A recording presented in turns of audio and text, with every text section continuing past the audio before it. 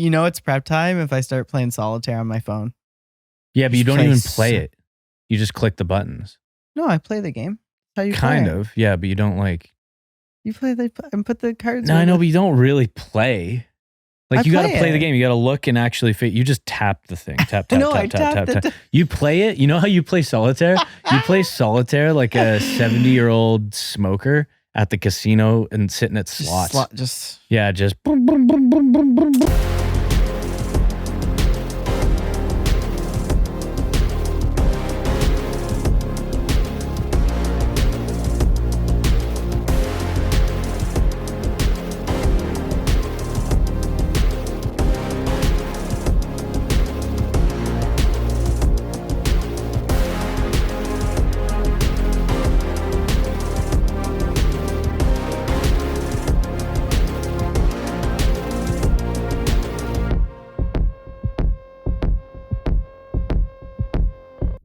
What's your favorite rock and roll song?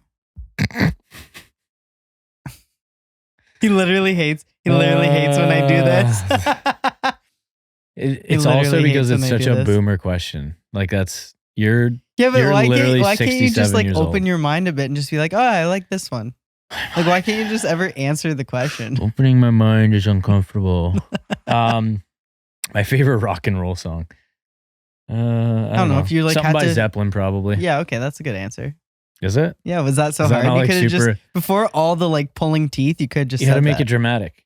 I got to be dramatic. I think that's like part of my shtick is now just being dramatic, and it's easy because I'm naturally dramatic. So I just be myself, and then that's my shtick. Yeah, so I don't have to play it up. I just am me. See? Stupid. Okay, you want to do questions? Yeah. You want to start with yours? Sure. Okay. I got a good one for you. Okay.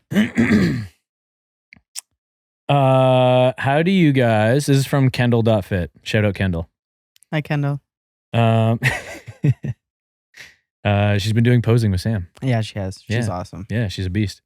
How do you guys balance work, training, competing / prepping, social, and relationship life? We got to go one by one. That's a lot of things that we balance. No, that's not. I don't think you get the question. I get the question. You don't have to tell her like specific ratio. I think it's just like your strategies to balancing life. I know, but I have strategies for each one of those things. Okay, go through it. Yeah, I forget what you said. We have to go one by one. Oh, yeah, no, I have an answer, but it's like a holistic answer. Okay, so you answer holistically. I'll answer individually. Sure. Yeah, how I balance it is literally just by prioritizing them in a way of like, what is the goal right now? Because if it's this idea that people have where, this is good because I've talked about this before, where it's like, there's this misconception that balance means equal. So it's like, how do you balance things so that you have 50 here and 50 here, like 50%, 50%. And that's not what it means. Balance means how do you maintain balance within context of what's priority. That's a better way to say it. Because so like when I look at those things and I see, okay, work, training, competing, prepping, social, and relationship life. How do I balance all those things as I would prioritize those based on like the phase of life that I'm in? Yeah. You know what I mean? So it's like like a good example is like right now I'm really, really focused on work. So I have to look at those areas of my life and then pull back on some other ones that I can afford to pull back on. Because by definition, pull back 100% on relationship. Yeah, like who are you? By definition. That was actually funny. Yeah, this is the first time I've seen you in a month. We schedule Stay Peaked filming days are actually our date. Yeah, this is business. This is our date. And we hug. Hello. We shake hands and then hug, obviously. You know what I mean though? It's this thing where it's like, it's the same thing with you. This will tie in with how you prep, because if you prioritize everything equally, you wouldn't be going like intense enough towards your actual goal and you wouldn't actually achieve it. So 100%. It's like, it's that whole thing where it's like, if you prioritize everything, you prioritize nothing. So you have to like pick, what can I afford to like prioritize? 1, 2, 3, however many things, but it can't be everything. Because if it's everything, then nothing. Yeah. You are also like insanely organized. So that helps you too. Not insanely organized, just maybe more than you are. Yeah, but like tenfold more than me. So I think it's insanely like, that's not in a negative context. No, I'm proud of being organized. So how would you answer that then? You wanted to break each one down. I'm breaking each one down. Work, training, competing, social, relationship. Okay, so work, training, and then attach on competing. Those are like non-negotiables for me. Right, so I agree. Yeah. It's kind of what you said. Those are like priority, right? Like I'll never miss training. Can't miss work. And competing, it's not as well, when you're on prep, it's daily. It's a seasonal thing. It's a seasonal thing. Yeah, that goes higher once you're on prep. Yeah. Right? So then the inverse of that is social. So the social and friendships and stuff, I see my friends a lot in off season. They know when I'm going to pull back for prep. So there's that seesaw there. Right. And then relationship, we see each other once a month. That's the trick. That's a good question though, because I wonder if like this idea of, you probably see it on social media too, where people are like talking about you have to have balance to actually be healthy, and it's almost like it can accidentally, or maybe on purpose, depending on what people's intent is when they post it, but like shame people into not actually being more like quote unquote extreme in things. It's like, no, you're allowed to like deprioritize other areas of your life and sacrifice those to an extent to prioritize achieving something else, you know? Because so when I went to the spa the other day, Alex, I'm not a fan of the spa. Alex, she tested the spa for the first time. Sam went to the spa for the first time in her life. Yeah. As soon as I saw you post that spa, I was like, she went to a spa. I can't believe it. Yeah. No, because she hated it. Yeah. I'm sorry. I'm not a spa. No, she didn't hate it, but it's not her thing. Yeah. I didn't hate it because when I was there, I didn't feel detest. Like it's not like you had to leave. No. But I didn't enjoy, it was like completely flatline for me, I think. I have a theory. I had fun in the cold plunge. I had fun when we did the cold plunge to the hot tub back and forth. I like that. The issue, first of all, the smell of chlorine and bromine didn't come out of my skin for like a whole day, and it was giving me a headache. So that was number one.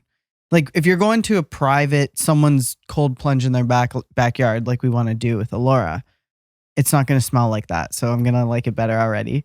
Number two, I think it's just the environment. Like I loved doing that in Florida. I think I had expectations of a spa, and I didn't realize it was just hydrotherapy.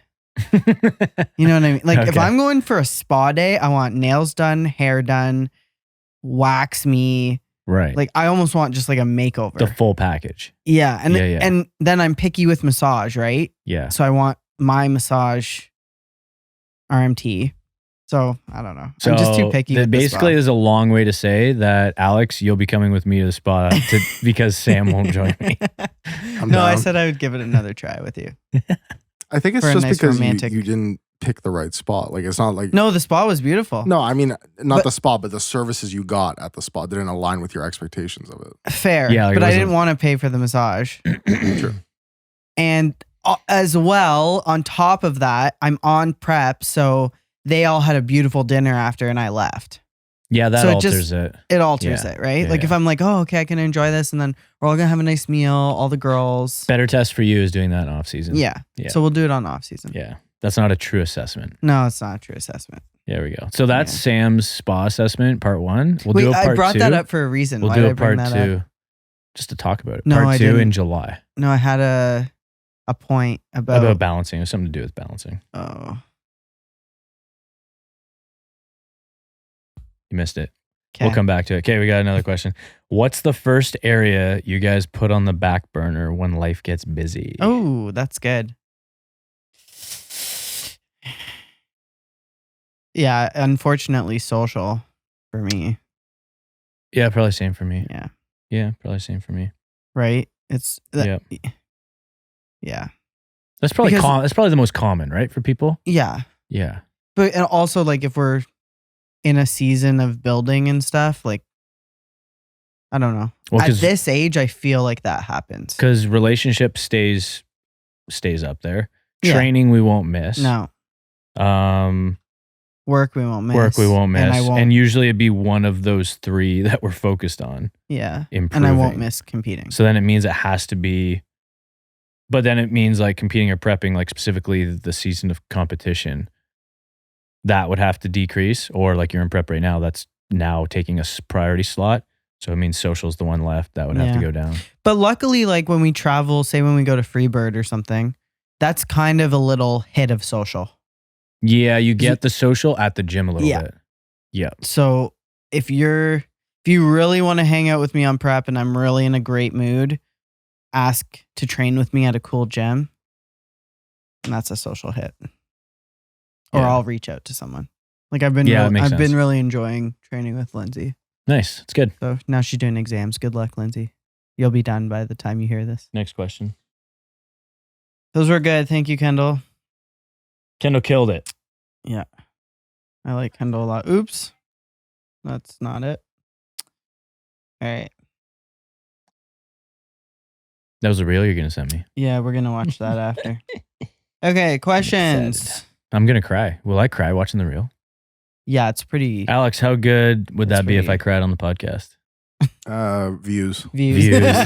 Views from the. Wait, what's the area code here? Is it still 519? Yep. Views from the 9, not the 6. So this is going to cost extra money, but Alex, you can go ahead and edit that out. Noted. So mean today. All right. I'm just messing. I'll ask the first pressing question. Okay. Of is that herpes on your lip? And it is. It's mouth herpes. Thank you. HSV. Which one's the mouth? HSV 1. I think we have to consult. But they're related. We have to consult Pickering for that. Shout out Pickering Fitness, the herpes guy. Dude, he's the herpes guy. I love that guy as my training partner for like 2 years. We had a great time. And lots of laughs. That helps on prep. If like someone can make you laugh a lot. 100%. Okay. One of my other long-term friends and client, Jake Rogers. He wants to know about mental health and bodybuilding or training What's in the general. question? Managing things like bipolar, medications like SSRIs. I think he's just wondering like if we could talk about experience we've had with those things or stuff like that. Is there like, I don't understand the question. There's no question. It's just a topic to talk about. Oh. Yeah, I mean, personally, I've been on multiple SSRIs.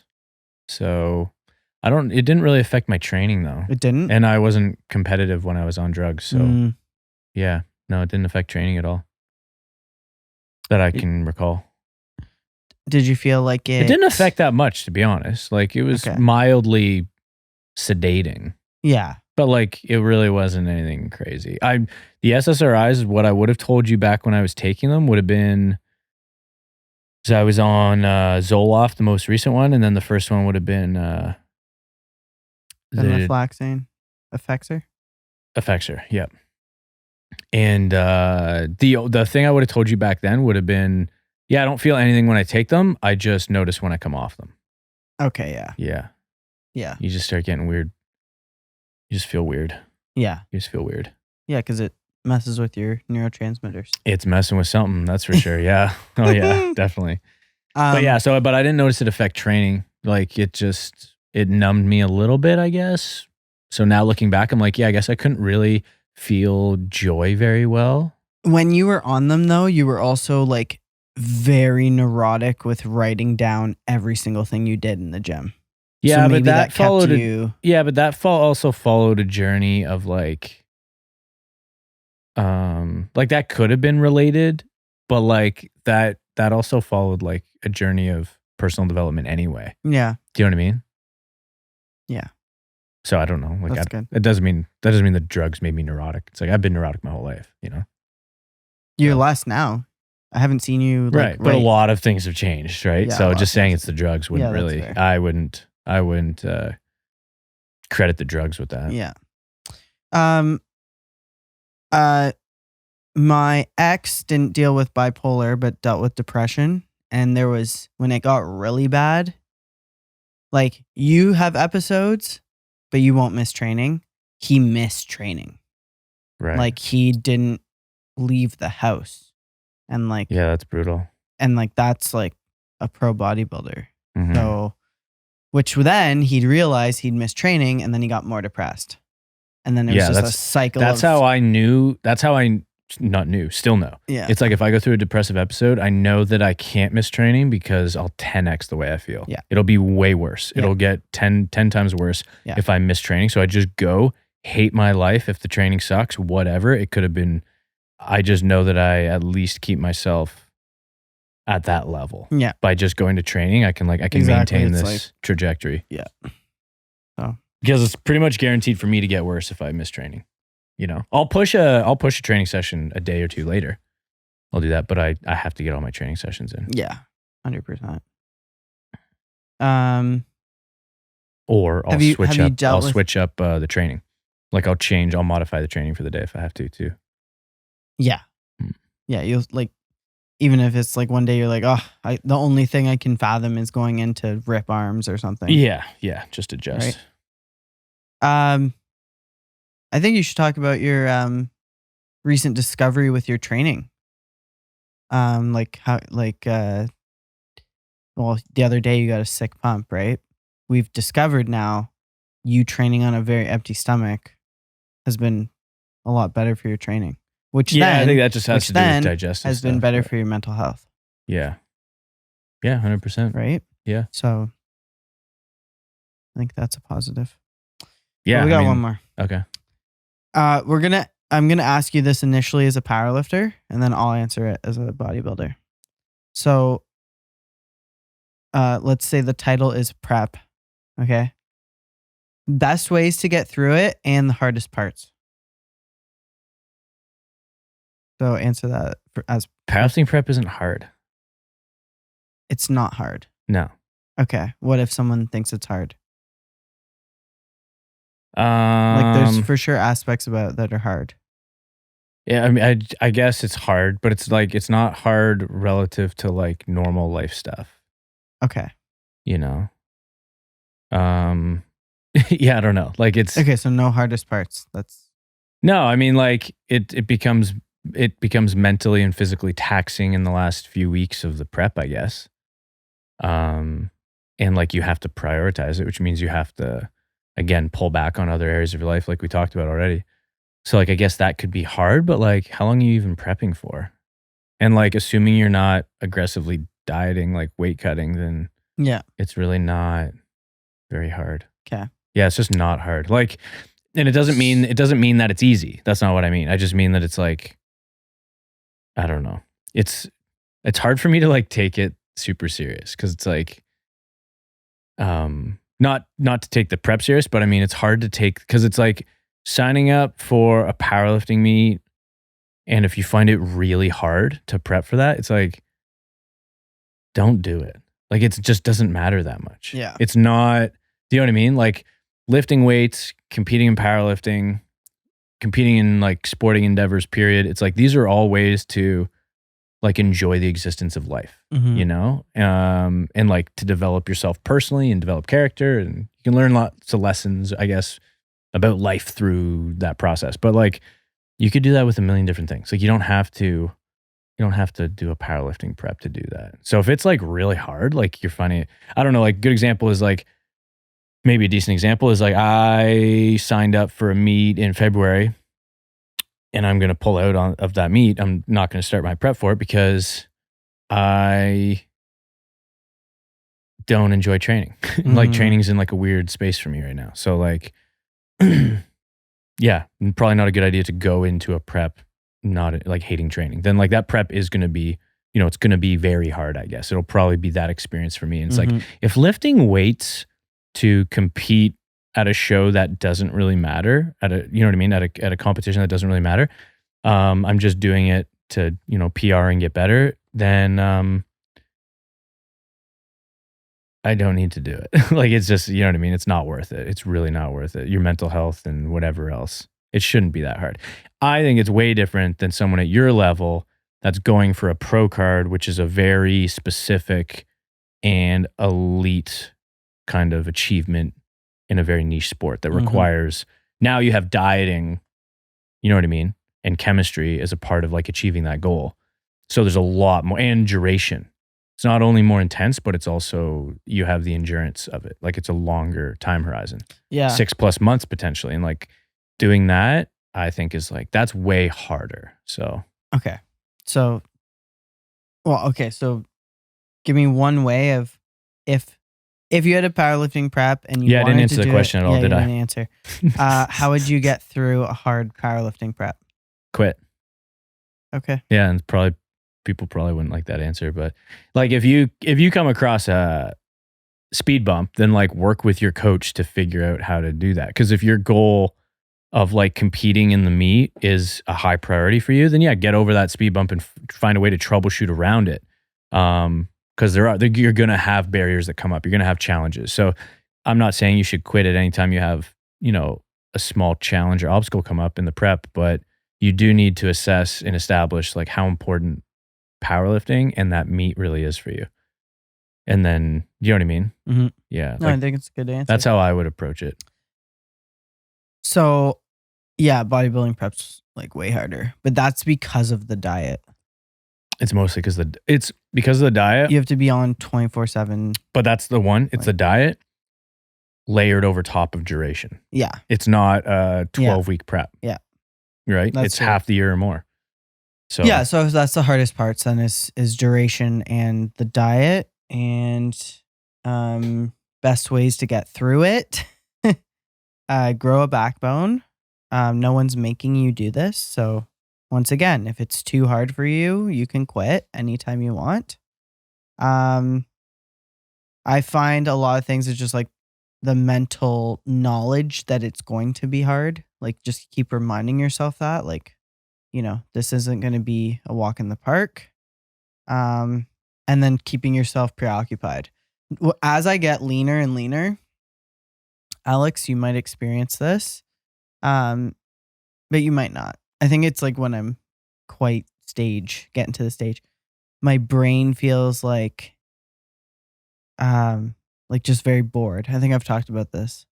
You just feel bored because you just want to eat. Like your body's trying to. It's probably the boredom that you're describing is probably like a lack of dopamine. Yeah. Because you've just been starved of like satisfaction and pleasure for so long. Yeah. It's just like, so all I do, it's prep time if I start playing solitaire on my phone. Yeah, but you don't even play it. You just click the buttons. No, I play the game. That's how you kind play of. Yeah, but you don't like. You play and put the cards. No, I know, but you don't really play. Like you got to play the game. You got to look and actually fit. You just tap the thing. Tap. You play it. You know how you play solitaire? You play solitaire like a 70-year-old smoker at the casino and sitting at slots. Just boom, boom, boom, boom, boom, boom, boom. Well, anyways, that's how you know I'm on prep. So. Which is funny because it's working on the same reward system. Both are dopaminergic behaviors. I want to quit this episode. Okay. Let's get out of here. If you're watching on YouTube, put a comment below and make sure you subscribe to the channel. If you're listening on Spotify or Apple or wherever else, I need you to write us a review. You don't even have to write the review. No, just put in a 5-star. Just put in 5-star. Takes you 30 seconds, less than 30 seconds. Takes you 5 seconds. Do it right now. Thank you. Miss you. Love you. Bye.